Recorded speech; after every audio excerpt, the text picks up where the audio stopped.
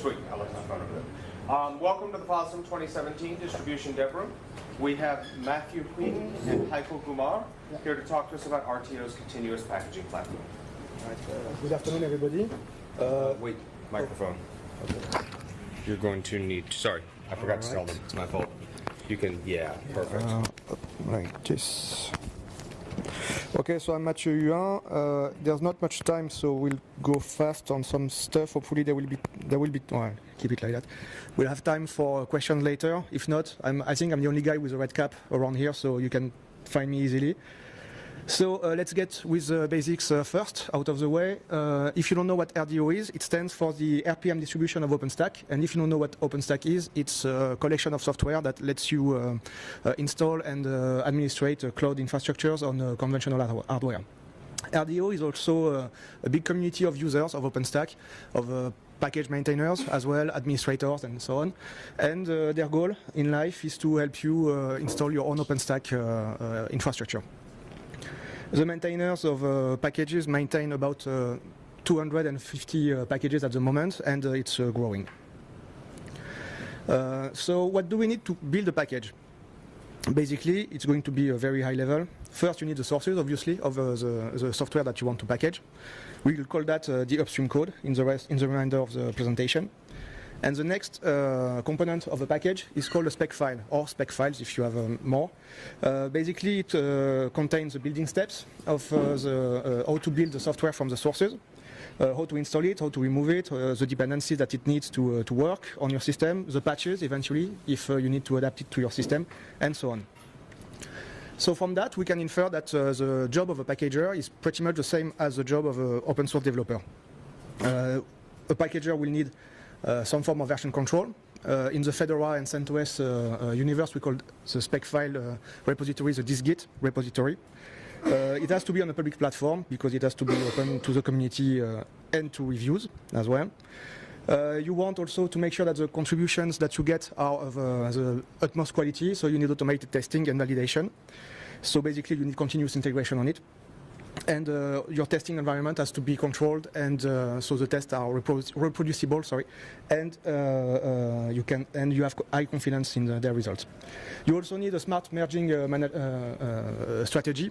If you have a lot of contributions that come at the same time, you have to make sure that when you merge them, you're not going to end up in a state of your master that you don't really know. But when you're a packager, you also have a specific constraint, which is upstream. You have to follow what's going on upstream. You have to make sure that your spec files evolve if upstream evolves. And you want to release as early as possible after a change occurring upstream, especially if the change is a vulnerability fix or security fixes. And when you package OpenStack, it's even more complex due to the sheer size of the project. OpenStack represents more than 600 projects for the last cycle. Every 6 months there's a release. The last cycle was called Newton. So in the last 6 months there were more than 600 projects, about 240 commits a day, which is humongous. Just for Nova alone, which is a compute component, we had more than 1,700 commits, which is about 10 commits a day. And during the stabilization phase, which is about 1 month before the release, it ramped up to about 280 commits a day. So what does this mean for OpenStack packagers in the RDO community? It means that you have to make sure that the spec file is validated after against each change, because if you wait for 1,700 commits, you're going to have a bad time. So you can do that at the last minute. Also, you need to be aware of the strong dependencies between the softwares in the OpenStack suite, because if Nova changes, it's going to impact all the other projects. So, can you just explain what is Nova? It's the compute component for OpenStack. So if you have a change on Nova, it's going to affect everything. So you have to test again all your other packages to make sure it's still working. And the test platform must also be able to absorb huge spikes in activity. So now that we know what the problems are, let's look at the tools that we have at hand to build an RPM factory. So first, let's look at what the RDO community came up with. The main tool I'm going to talk about, I'm going to be fast on this. If you have questions, just ask us after the presentation. The first one I want to talk about is called DeLorean, like the car in Back to the Future, because it basically builds packages from the future. It looks at what's happening upstream, and when there's a change, it's going to try to build a package using the new changes in upstream. It also acts as a master IPM repository because it uses the latest source code from upstream. And if you want to know more, there's an article linked on the presentation.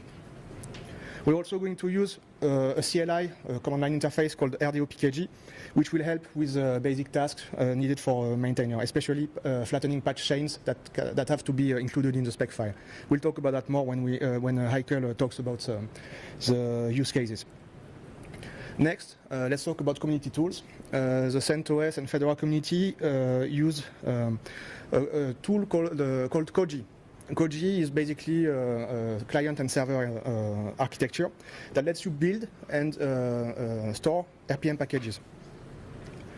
So you can use your own instance of Koji, but you can also use the community build system, which is an instance of Koji that has been set up by the CentOS community.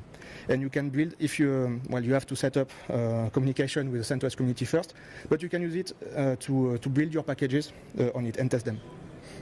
And the last piece of software that we're going to use is called Software Factory. This is basically a software forge, which includes a CI/CD platform. And the specificity of it is that it's inspired by what OpenStack is doing for their own CI that we call Infra. So it uses basically the same tools that you might know, like Gerrit for code review and Jenkins for testing, for jobs automation, but also some tools that that are not that known because they are developed by the OpenStack infrastructure, like Nodepool, which is a service that provides job nodes on demand, and Zool, which is kind of a release manager, and also a job orchestrator. So I'll go fast on the features that Software Factory provides. It's really cool for development, not just packaging. So you have code hosting and review through Gerrit. You have job orchestration through Zool and Jenkins, as I said. You have also Zool has a nice feature, which is project dependencies management. When you build a test environment, it will build it taking care of those dependencies by itself. So Nodepool allows you to build, to use jobs, nodes, and slaves on demand whenever you need them. You have a smart commit gating as well. So I'll go faster. The config is managed as code, so you can also use a CI workflow on it. And you have a flexible workflow, so that's why you are going to use it for RDO. So with all that, sorry, there's not much time, so we have to go fast. So with all that, we managed to create a RPM factory. So basically, upstream changes are going to be taken care of by DeLorean. And the tests are going to be taken care of by Software Factory. The workflow is going to be managed by Software Factory. And all the building part is going to be taken care of by CBS, by the community build system. So this is a workflow overview. I believe that the presentation has to include a very complex workflow diagram that we're not going to explain because it means that we're doing some serious business. But basically what I want you to remember from that is that we're going to use 3 different kinds of repositories. We're going to work with upstream, with the RDO dist-git, which is the spec files repository, and also a repository for patches that we're going to include in the dist-git. And I will let Heikel talk to you about the use cases that we cover with this architecture. Thanks, Matthew. Okay. Okay, just hold it like this. Okay, I'm Heikel, I'm the weird guy sitting here. I'm here because I'm the RDO release wrangler, so I'm the first user, so here to explain you the use cases. So we have 3 main use cases. The first one is packaging master branch, as Matthew said. So we take sources from upstream, like for instance the Nova sources, and then we take the packaging sources, and then we use DeLorean, take both repository and try to generate an archive of the sources and then generate the package using the spec file. It has also some magic to generate proper versioning and stuff like that. And after that, we have 2 possibilities. The package bus. everything is fine. Well, mostly. Because you could have hidden changes that are not catch up, but that's our job to packagers to fix that. It fails. So what will it do? So if it fails, usually it's because sources have changed, or we have missing dependencies or stuff like that. So we need human intervention here.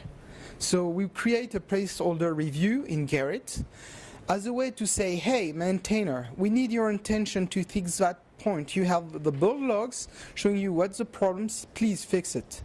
And the thing is, since we're using Garrett, it's public. So anyone can see the failure and fix it.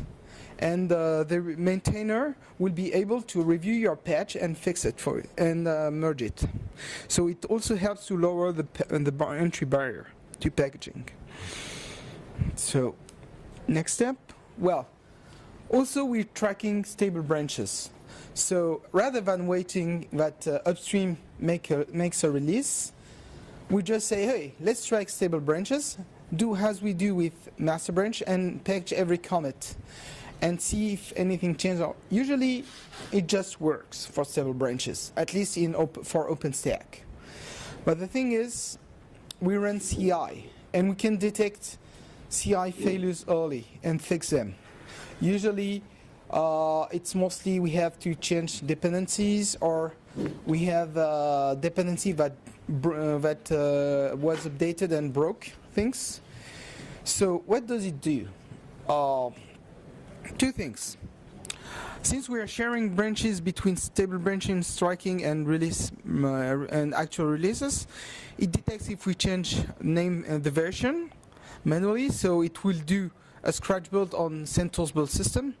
So we see if it builds, and if it succeeds and the maintainers approve the change, it will do the final build for you, and it will get exported to CentOS repositories. Well, the thing is, we get to control who has access to build system like this, and it helps lowering the entry barrier because you don't have to grant build system access to everyone. So currently for CentOS Cloud SIG, we only have 2 or 3 people with access to the build system, but we have much more people doing the builds through Garrett. So this is the same thing. So if it fails, you still need to have the maintainer come on and fix the patch, but it doesn't get merged. The third case is when we have distro changes. For instance, you have a user reporting a bug with systemd services, so which are something that are not always tested. So it's a distro-specific change. So you do the change, and it, as a previous use case, it will get built in CentOS build system and divest. You also have another category of patch, which are changes, distro-specific changes, which are downstream patches. Well, in RDO use case, we try to limit the number of downstream-only patch. So what we do is we have a repository tracking upstream sources, and we manage downstream patches as open review in Garrett. So if you know Garrett, usually when you add patch, it gets merged, but in this specific case, it doesn't get merged. This allows us to track the downstream patches history across the releases, because we keep updating the tracking upstream tracking repository, and our patches are just a set of reviews, and Garrett will detect if they need to be rebased or if we have rebase issues. So when you can just rebase, it can do it for you automatically if you configure Garrett to do automatic rebase. If you don't and you have failure, you just have to retrieve the repository, retrieve the review code. So the RDO packaging tool will simplify that for you, and then you just do your manual rebase and update the existing reviews. So it simplifies maintaining downstream reviews. As a packager for two distribution, CentOS and Fedora, I had experience with managing downstream patches, and the biggest issue is simplifying collaborative work across patches. So different packager have used different tools and they work sometimes on the same page. Here we have only one, Garrett and Git, period. So it makes it simpler. Okay, so return on experience. So for RDO, we're in the Okata cycle, Okata being the next OpenStack release, which will happen around February 20th. So we have numbers for the previous cycle, which is Newton. We had about 800 commits from 70 contributors. So my team at Red Hat is about 7 person, and not all of them are doing packaging. So that shows that we have multiple people outside the RDO team helping on the packaging. So mostly people outside Red Hat and few Red Hatters. We also code through DeLorean in master branch about 230 build failure. So it's about 1.5 build failure per day, but it's not. We don't have build failure every day. It's mostly about early in the cycle or during just before release candidates. So we can get for 2 weeks no build failure, and just before the release candidate we can get 30 build failure at once. But it allows us to detect build issue early. When we get, for instance, and I'm coming here, RDO Newton packages were available in CentOS repository 10 hours after the upstream general announcement. And why? Because when the announcement was made, all our packaging was ready. We had CI jobs that was already running against that code because it got frozen at some point.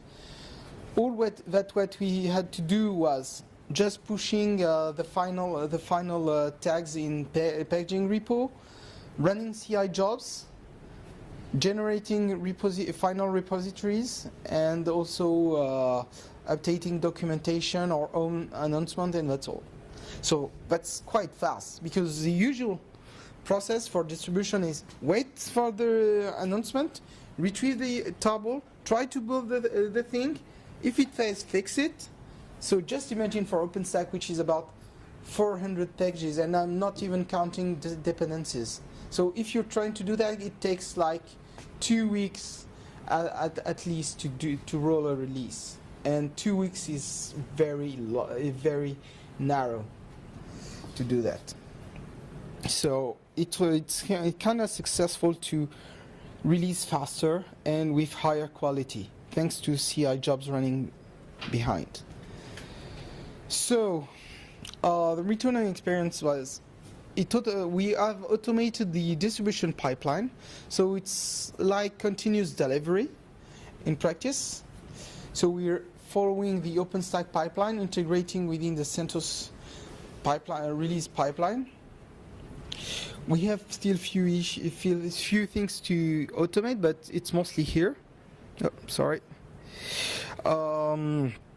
We leverage collaborative work through Garrett and reviewing, so it has much advantage over GitHub pull requests, but I think the same article that Matthew was pointing out earlier, I think. It's another yeah. one, but Oh, another one. Okay. very different Okay. topics, so it's long, so It. just read the article. Okay. One of the issue when you start a new RPM or any packaging distribution is that building a community of contributors. Okay, let's be honest. Most OpenStack developers don't care about packaging. They don't want to learn about packaging. They don't want to learn about new process. So we are using a process that is much similar to the OpenStack one. They're using Garrett. We're using Garrett. We have the same concepts. And also, anyone that is not familiar with packaging can start rolling up, because they can see through reviews how people are working, what they are changing in spec files and stuff. So it's kind of self-documenting process. So it makes it simpler, and you get code transparency, peer reviewing, and so on, faster onboarding. So if you want to join us, so if you want to implement that kind of process, you can look at softwarefactoryproject.io, which is the basis of the RPM Factory project. It is used by Software Factory itself, Distributed CI, which is a distributed CI for RPM distributions, Skydive, which is a network analysis engine. Real-time network analyzer for Yeah. this type as well. Yeah, and also if you want to see a live instance, you also have review.rdioproject.org, but also 3 projects, RDO from the cloud, CentOS CloudSeek, DeLorean project, and also Optools, which is another CentOS SIG, providing operational tooling. And maybe your project, or maybe you want to build your instance. So if you want to keep in touch, well, softwarefactoryproject.io, also RDO project. On Freenode, you have the Software Factory channel. If you want to enroll your instance, if you want to have feedback or help or want to know about OpenStack, we have the RDO channel. And also the mailing list of both projects. So feel free to ping us. Mathieu is MOin on RC. I'm number 80 on Freenode, so feel free to ping us or catch us in the lobby. So thank you for attending. All right. Before we take any questions, since we made it pretty fast actually, so that's good.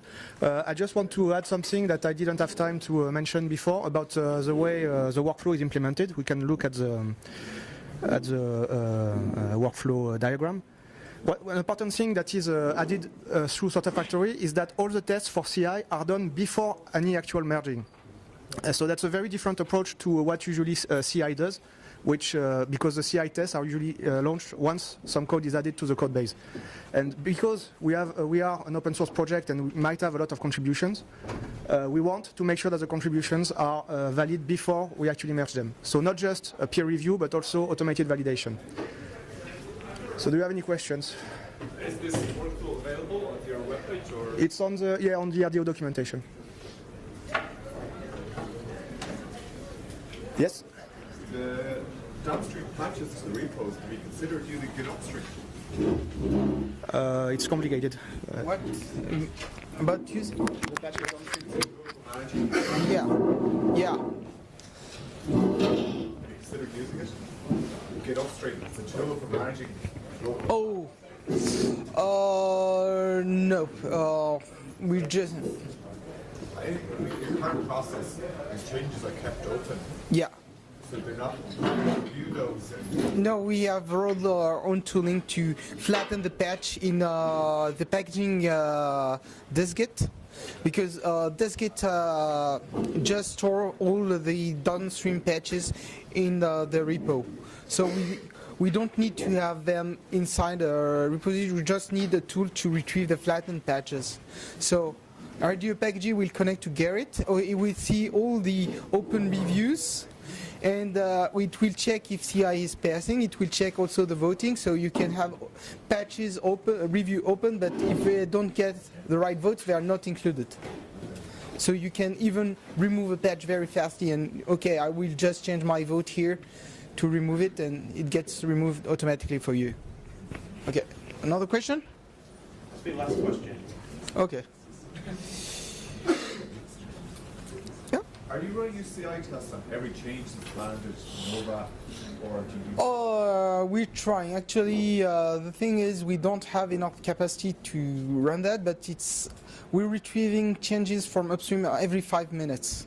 So that's pretty much close, but sometimes we get 3 commits merged at the same time, and we just test them all together. But that's something we're working on, but I don't think we ever had more than 3 commits tested at once in practice. And by the way, I'm seeing RPM Factory contributors here, Sebastian, so if you can applaud him. I'm happy to see you.